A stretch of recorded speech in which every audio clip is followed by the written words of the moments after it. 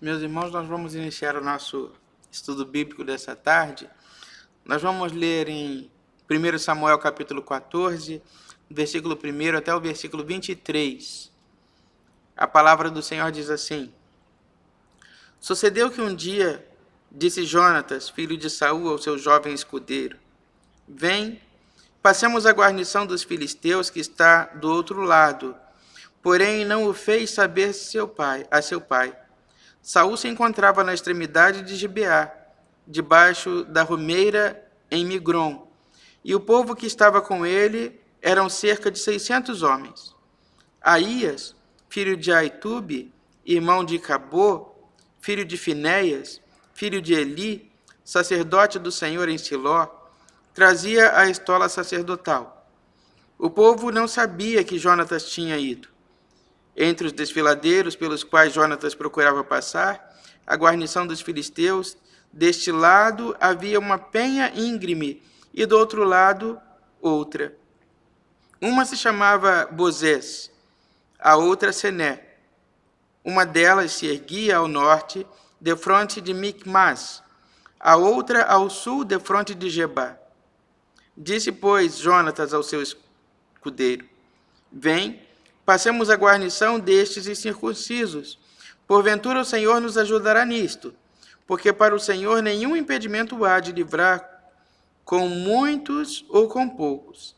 Então, o seu escudeiro lhe disse: Faze tudo segundo inclinar o teu coração. Eis-me aqui contigo, a tua disposição será minha. Disse, pois, Jonatas: Eis que passaremos aqueles homens e nos daremos a conhecer a eles. Se nos disserem assim: Parai até que cheguemos a vós outros, então ficaremos onde estamos e não subiremos a eles.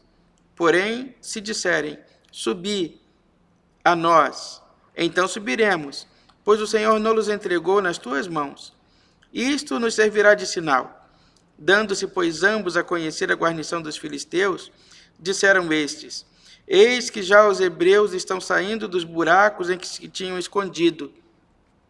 Os homens da guarnição responderam a Jonatas, e ao seu escudeiro disseram: Subi a nós, e nós vos daremos uma lição. Disse Jonatas ao escudeiro: Sobe atrás de mim, porque o Senhor os entregou nas mãos de Israel. Então trepou Jonatas de gatinhas, e o seu escudeiro atrás. E os filisteus caíram diante de Jonatas e o seu escudeiro, e os matava atrás dele. Sucedeu esta primeira derrota em que Jonatas e o seu escudeiro mataram perto de 20 homens, em cerca de meia geira da terra.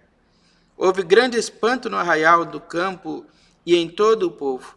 Também a mesma guarnição e os saqueadores tremeram, e até a terra se estremeceu, e tudo passou a ser um terror de Deus. Olharam as sentinelas de Saul em Gibeá, de Benjamim, e eis que a multidão se dissolvia, correndo uns para cá, outros para lá.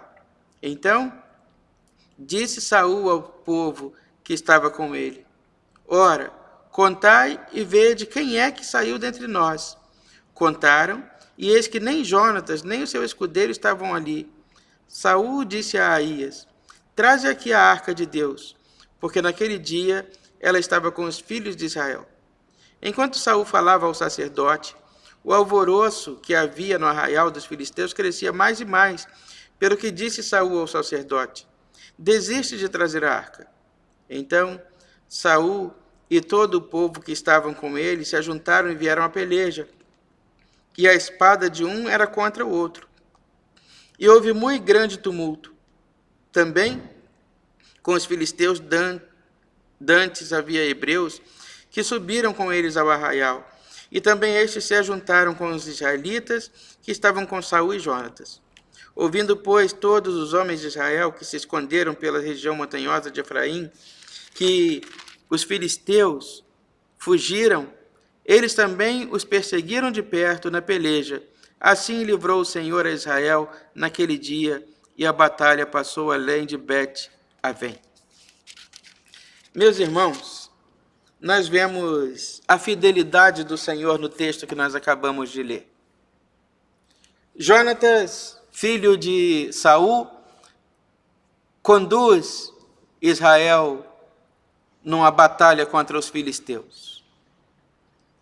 Alguns israelitas se esconderam ali porque não estavam entendendo o que estava acontecendo, né? Eles não estavam entendendo, compreendendo o que estava acontecendo de verdade, e chegaram a pensar que Jonatas, na verdade, fosse um rebelde, alguém que tivesse se rebelado contra o exército de Saul, né? Então esses se esconderam, né? E à medida que eles perceberam que Jonatas, na verdade, pelejava por Deus e pelejava por Israel, eles foram e lutaram junto. Ali, meus irmãos, nesse texto, nós vemos ali uma ação de misericórdia e de fidelidade de Deus. Porque, ao contrário do seu pai, Saul, Jonatas buscou consultar o Senhor, fazer as coisas de acordo com a vontade de Deus, e Deus deu vitória ao povo de Israel. Deus teria dado vitória a Saul, mas a vitória foi de Jonatas, né? E Deus teria dado vitória a Saul se Saul tivesse sido fiel a Deus também, né? Mas ao contrário, como nós vimos na semana passada, ao contrário disso, o que fez Saul? Saul pegou, ofereceu sacrifício a Deus, quis ser um autocrata, né? E deixou ali de fazer o que era agradável aos olhos do Senhor. E nesse momento, Deus se desagradou de Saul. Mas Deus, por fidelidade à sua palavra, deu vitória a Jonatas e a todo Israel por consequência. O texto de hoje, meus irmãos, nos fala exatamente sobre isso, sobre a fidelidade de Deus. Ainda, diz a palavra de Deus, que ainda que nós sejamos infiéis, o nosso Deus, ele permanece sendo fiel a nós, né? Ainda que nós não vivamos, não sigamos o caminho que Deus tem proposto para nós, Deus continua sendo fiel a todos nós, né? E ali, Deus demonstrou a sua fidelidade à sua palavra, né? A palavra de Deus, a promessa de Deus, a promessa de fidelidade do Senhor era exatamente essa, de que Deus haveria de cumprir na vida de Israel a vitória que ele prometeu. Então, apesar do pecado de Saul, Deus, por fidelidade à sua palavra, deu vitória a Israel. Meus irmãos, nisso nós vemos a ação da graça de Deus. Deus é fiel às suas promessas. Deus é fiel à sua palavra, a palavra dele.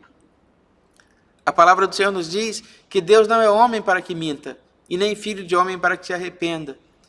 Se ele promete, ele cumpre. E se ele fala, ele faz.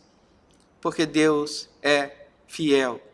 Então, é baseado na fidelidade à sua própria palavra que Deus nos abençoa. É baseado na fidelidade à sua própria palavra que Deus nos guarda, que Deus nos ilumina, que Deus nos dá direção, que Deus nos protege, que Deus nos livra de todo mal. Porque Deus permanece sempre fiel à palavra dele. Esta, meus irmãos, é a certeza que nós guardamos no coração, de que nós servimos a um Deus que é fiel em todas, é justo em todos os seus caminhos e fiel em todas as suas obras. Como diz o salmista, um Deus que perto está de todos os que o invocam, né? Porque ele é justo em todos os seus caminhos e fiel em todas as suas obras. Aí nós vemos muitas vezes, por que aquele que muitas vezes comete um pecado, ainda assim é abençoado por Deus ao invés de ser punido? Porque Deus tem compromisso com a sua palavra. Deus tem compromisso com a sua palavra. Então é isso que nós vemos aqui. Saul pecou, mas Deus havia dado a palavra. Então, ainda assim, Deus permaneceu fiel à sua palavra. Lá na frente, depois de Saul, nós vamos ver o neto de Saul, Roboão, que também pecou contra Deus, e Deus tira uma boa porcentagem do reino das mãos de Roboão, confia a Jeroboão, mas ainda assim mantém alguns descendentes de Roboão no reino, sobre o reino de Judá. Para quê? Para que ele pudesse cumprir com fidelidade a palavra que deu a Davi. Então, assim, as promessas que há de Deus na nossa vida, Ele as cumprirá sempre e as cumprirá todas no tempo certo, no tempo de Deus. Esta é a certeza que nós temos, esta é a certeza que nós precisamos carregar no nosso coração, de que nós servimos a um Deus que é fiel em todas as suas promessas, fiel cumpridor de toda a sua palavra. Que Deus nos abençoe nessa tarde e nos guarde e nos faça compreender que Ele é Deus, fiel a todas as suas promessas, fiel em todas as palavras que nos dá. Vamos orar ao Senhor.